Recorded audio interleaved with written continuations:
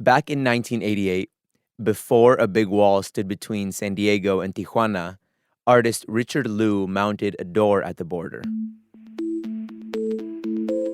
He stood it up between a section of broken-down barbed wire near the airport in TJ. The rusty wire fence was one of the only visible demarcations of the international borderline at the time. The artist's message was clear. The door was open. Immigrants from Mexico and beyond were welcome to the United States.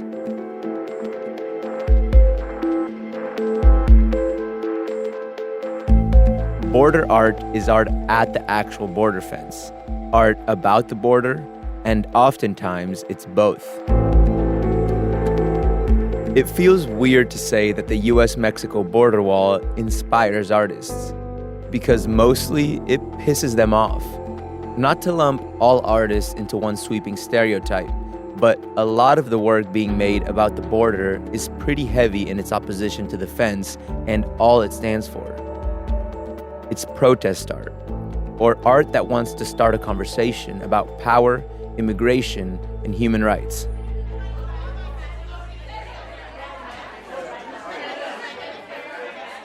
In San Diego, on a recent Saturday night, a few dozen people crowd inside a small gallery called You Belong Here. The crowd is mostly young, artistic types. On view tonight, a border art exhibition featuring photography and video. Alejandro Martinez is standing by the gallery door. He exudes a calm intensity. He's a young artist who works with a nearby nonprofit that serves refugee youth. Alejandro tells us that border art is not a medium to be messed with. He has 2 black and white photos of migrants stuck in Tijuana on display.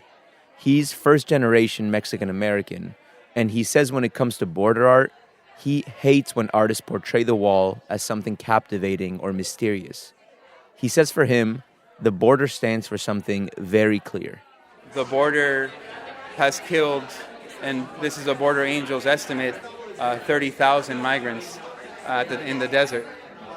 So whether we're white, whether we're Asian, whether we're even Mexican, we're taking photographs of the border. What do we want those photographs to achieve? It's not a game. It's not a portfolio enhancer. These is people's lives. A few feet away from Alejandro's photos, a video screen flashes images of children reciting the Pledge of Allegiance. The images are caught in the reflection of the colorful eyeglasses worn by the artist who made the video, Amanda Dahlgren. Juro fidelidad a la bandera de los Estados Unidos de América. Amanda is tall and blonde. She was born in Sweden and remembers being required to recite the pledge every morning after immigrating to the U.S. She says she thought it was weird and never fully understood the tradition until she got older. She recently asked her own daughter what she thought of the pledge. The conversation led to the video piece. The beautiful part is, because she goes to a Spanish immersion school, they, from the beginning, have learned it in Spanish. So her and all her friends, they all recite it, once a week or whatever in Spanish. And so to me, that meant so much, and that said so much about the future, and that these kids who don't speak Spanish at home, their first language is English, that they're embracing another language, they're embracing another culture, and that they're understanding that being American is not about a language, it's not about a specific background or anything like that. We're a nation of immigrants, and I think there's something beautiful about, the fact that they're saying it in Spanish, so. Across the room, a new group of people walk through the front door of the gallery. The TJ contingent just arrived. I guess they all came in the same car. Jill Holsland is an American teacher who's been living in Tijuana since 2011. She's got a lot of energy, and you can usually spot her in a crowd because she's always laughing. Jill's piece in the show is a video installation. She took drone footage of herself walking across the border in a place where there's no fence. She's shown walking back and forth through crisscrossing dirt paths, a combo of wildlife trails, migrant paths, and roads cut into the hillsides by U.S. Border Patrol agents. Jill is becoming well known for her border art. In 2017, she and a group of artists and activists drove to the fence on the Tijuana side and projected images over the wall and onto President Donald Trump's border wall prototypes. The prototypes were 8 samples of various border fence options that Trump had contractors build near the border in San Diego. These are his 30 by 30 foot options. One of these 8 contestants could soon stretch 2,000 miles across the border. The images projected onto those 8 walls that night were political, mostly being subversive towards Trump and his immigration policies. Images of a ladder, the Statue of Liberty, and messages saying, "Refugees welcome here," and "Come on in," lit up the prototypes that night. Jill is both an artist and an activist. Obviously, when it comes to border art, which is inherently political, it's hard to separate those two sides of herself. But over the years, she says she's found a way to draw a line between her art and her activism. And for me, the biggest difference with art is that with a true work of art, what I want to do is I want to raise questions, and I don't want to make everything so clear and so unambiguous. I want people to approach a work of art and think about it and bring their own ideas to it instead of having it be like a slogan or something that's completely, absolutely clear. The 2 curators behind tonight's show can be seen darting back and forth across the gallery, talking to the artists and welcoming guests as they continue crowding into the small space. Scott Davis is one of the curators. He's got a thick mop of brown hair on his head and piercing blue eyes that match his blue button-up shirt. Scott says he and his co-curator, Stacy Keck, wanted to put together a border art exhibition as a reaction to the current political climate. Not a day goes by without news of Trump wanting to stop the flow of immigrants in one way or another. I think it's really important to humanize the people and the issues that are happening today. And photography is such a great vehicle to do that.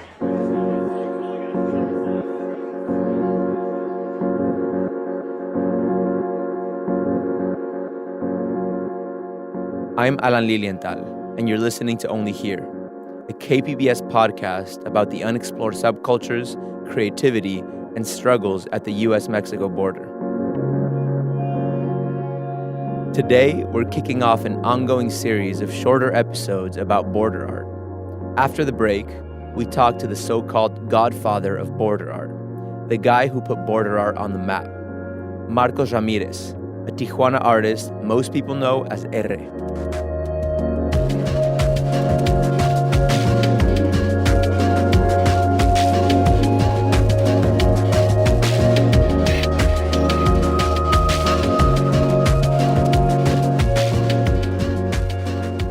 Only here will you find an artist making work critical of the border, located at the actual border fence and paid for by the federal government, which is also paying for an expanded border wall. More after the break.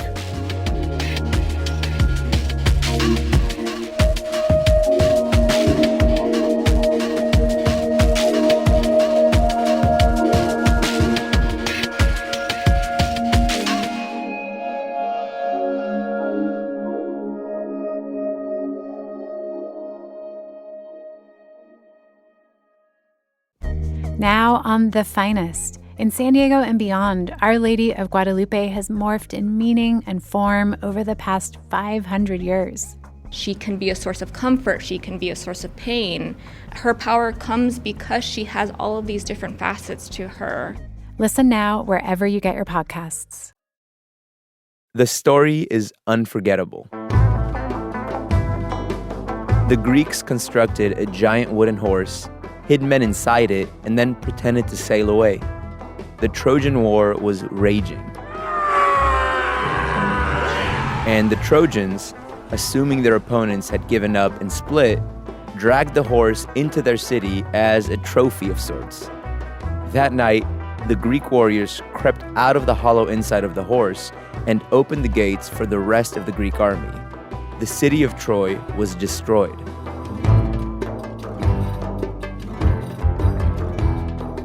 Once upon a time, a Trojan horse stood here at the U.S Mexico border. The giant wooden horse had two heads and straddled the international borderline, one head in Tijuana, the other in San Diego. It sat here for nearly a year in 1997, in clear view of the thousands of cars and pedestrians who cross the San Isidro port of entry every day. The horse was a sculpture, a temporary work of art by Tijuana artist Marcos Ramírez, who somehow convinced the authorities to let him put his politically charged art at the border without having to cut through a bunch of red tape. No, it was a different world. I only had to go and convince the director of the port of entry. Everybody told me before, like, no, you're not going to make it. The chief doesn't going to allow you, whatever. But I went there, I played my cards, I did some politics. The day that I went and suggested and showed the renderings and the maquette and all of that to the lady, she was in a very good mood. And then she said there's going to be a committee meeting between 3 officials from Tijuana and 3 officials from San Diego. They're meeting in like 2 hours. You hang around and go have a drink or a soda, come back, and if you convince them and you have a democratic vote, we can do it. The vote was 4-2. So he parked the horse, which was mounted on giant wooden wheels, at the border.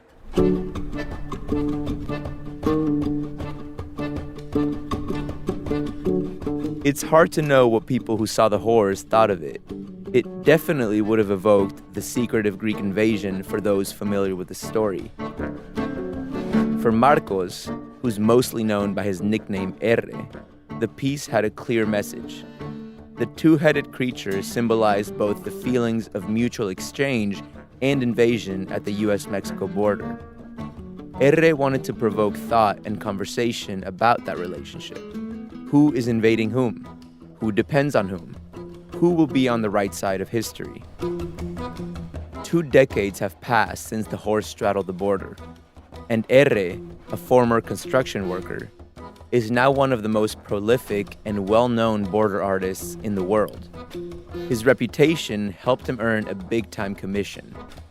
This summer, he again put up a sculpture at the actual border, but this time, it wasn't as DIY. It went through the official public art channels for the federal government, and the federal government actually footed the bill. For those who follow Erre's work, it's sort of shocking since he's such an anti-wall kind of guy. The punk rock, at times guerrilla-style artist known for criticizing the very existence of the border wall has now worked for the same government that is funding an expansion of it. I didn't believe that was happening, and then they were going to allow me to do a piece.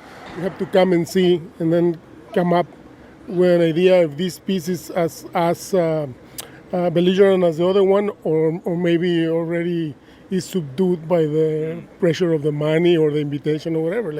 And then I had the time to think about how am I going to do to put another Trojan horse in the border without being offensive. You know, so that's where everything resides, in the interpretation of the work. Erre's sculpture sits just feet away from the entrance of the newest pedestrian border crossing at the port of entry. It's a large piece, and at first glance, it looks like a giant hourglass. The frame is made of big black steel beams. The beams hold 2 large cones in place. The one on top is narrow side down, like an upside-down pyramid, and the one on the bottom is narrow side up. A gap about 1 inch wide sits between the pointed tips of the 2 cones. The words "Todos somos distintos," or "We are all distinct," are etched into the bottom cone. And etched into the top cone are the words "We are all equal." Erre likes to use text in his work. As a conceptual artist, an artist whose first and most important medium is ideas, he likes to leave his work open to interpretation, but he also likes to provide parameters. That's what the text does. It points people in a certain direction. Half of the work, at least, it's responsibility of the viewer. So I plant my seed, and I hope people come and then water the tree. Erre doesn't like being didactic or over-explaining his art, but we were able to squeeze an explanation out of him anyway. And well, you have these two positions that look like they are counter position or like against each other, but at the very end it's the same thing. We are all distinct.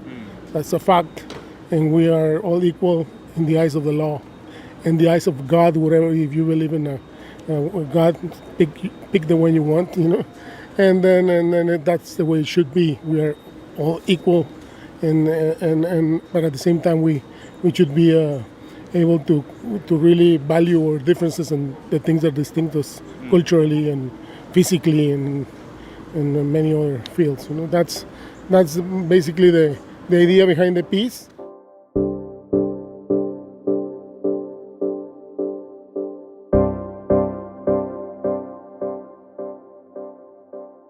So this bold new symbol of equality sits just a stone's throw away from the border fence, which has been topped with menacing-looking razor wire since Trump took office. Lots of people see the border wall itself as a brazen symbol of inequality, a physical representation of the U.S. seeing Mexico as different and lesser, not equal.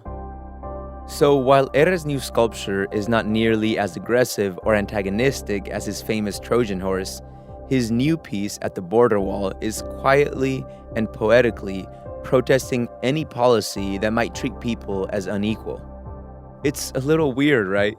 To have a border artist who's done several pieces of art critical of the border wall and immigration policies get paid by the very government he criticizes. And even weirder for the government to pay for that political piece, right? But Erre says that view of things is too narrow because the federal government is multifaceted and the project itself started during Barack Obama's time in office. It's very likely never even crossed President Trump's desk. Plus, public art is required to be included when new federal buildings are constructed. It's a federal policy. 5 other pieces of art were commissioned alongside Erre's at the new pedestrian port. Erre says he doesn't feel like he's a sellout for taking money from the very government he's so critical of. Instead, he sees himself as more of a savvy infiltrator, someone who is smart enough to push his project through the federal process without losing any of the sculpture's integrity. In other words, he sort of feels like he Trojan horsed the federal government. The fact that I'm putting it here, for me, it's an accomplishment instead of something to be sorry about or ashamed. Because the fact that I was able to put it and still have the piece to have the meaning that it has, or the many meanings according to the people who will see, is what I think it's good. Erre grew up in Tijuana, so he remembers a time, not so long ago, when there was no fence between the U.S. and Mexico whatsoever. To him, the barrier is an affront to Mexican people, an uncivilized, bullish, and primitive way of solving the complicated puzzle of immigration. In 2014, the artist sparked a conversation about the U.S. Mexico border again, this time by working with Arizona photographer David Taylor. The two set out in a van and installed 47 steel obelisks, marking the boundary between the U.S. and Mexico that existed in 1821. They didn't ask anyone who owned the land permission. They just went out and did it, guerrilla style.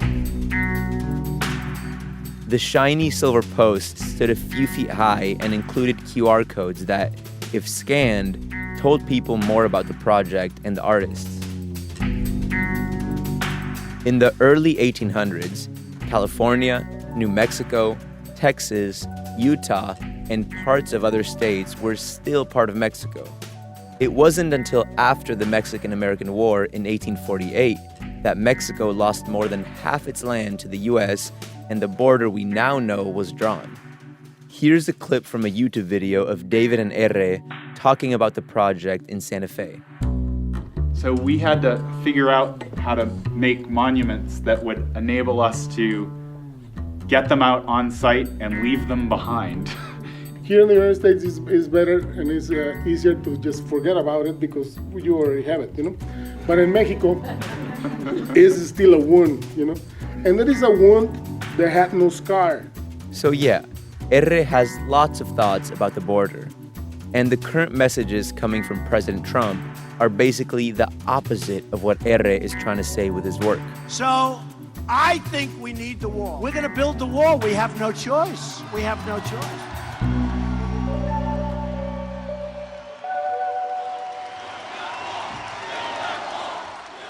Well, there's many things, and I hope for sure there will be no borders in any place in the world, and we all be a big happy family. But that's also maybe very naive. So let's try to find a place where we can be together in a good mood and happy, whatever, the closest to that ideal, And I don't think a wall in between helps.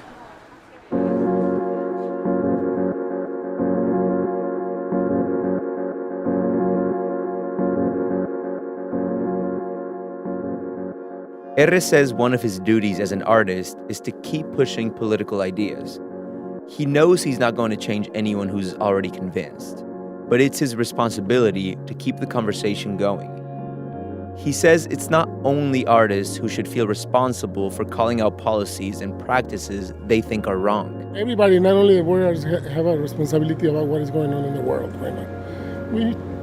You just have to keep doing your work and keep going, and if you are an artist, maybe more, But like that's a heavy weight to put in just the artists. What about the rest of the society? Like you're doing your work by offering your mics and opening the waves of the radio to hear people express different opinions. And then that's, I think, the basis of everything: the chance to express, and then the possibility to do it, and that some other people hear your opinion. And they are perfectly in the right to disagree with you. But you still can say it, it's fine. And those kind of discussions are healthy.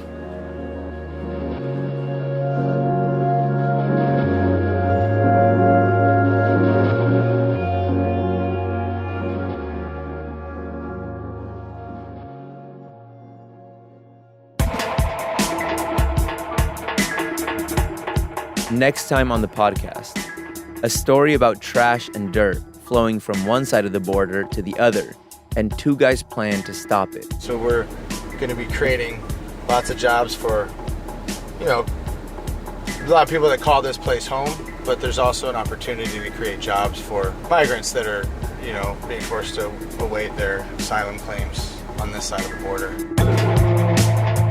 We followed two San Diegans to a canyon in Tijuana, and they show us their plan to empower people there to help stop trash from flowing across the border.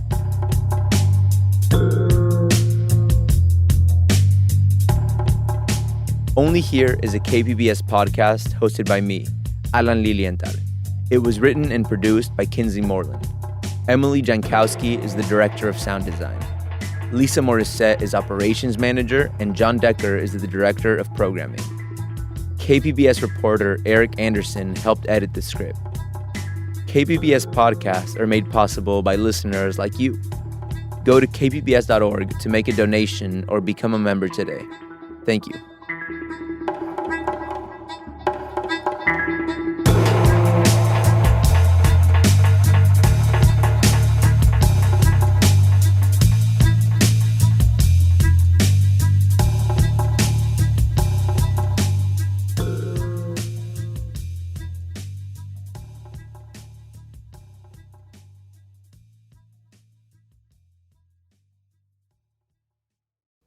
Now on The Finest, we examine an icon. Our Lady of Guadalupe has been a powerful symbol for 500 years, and artists have reimagined her as a source of resilience and pride. Listen now wherever you get your podcasts.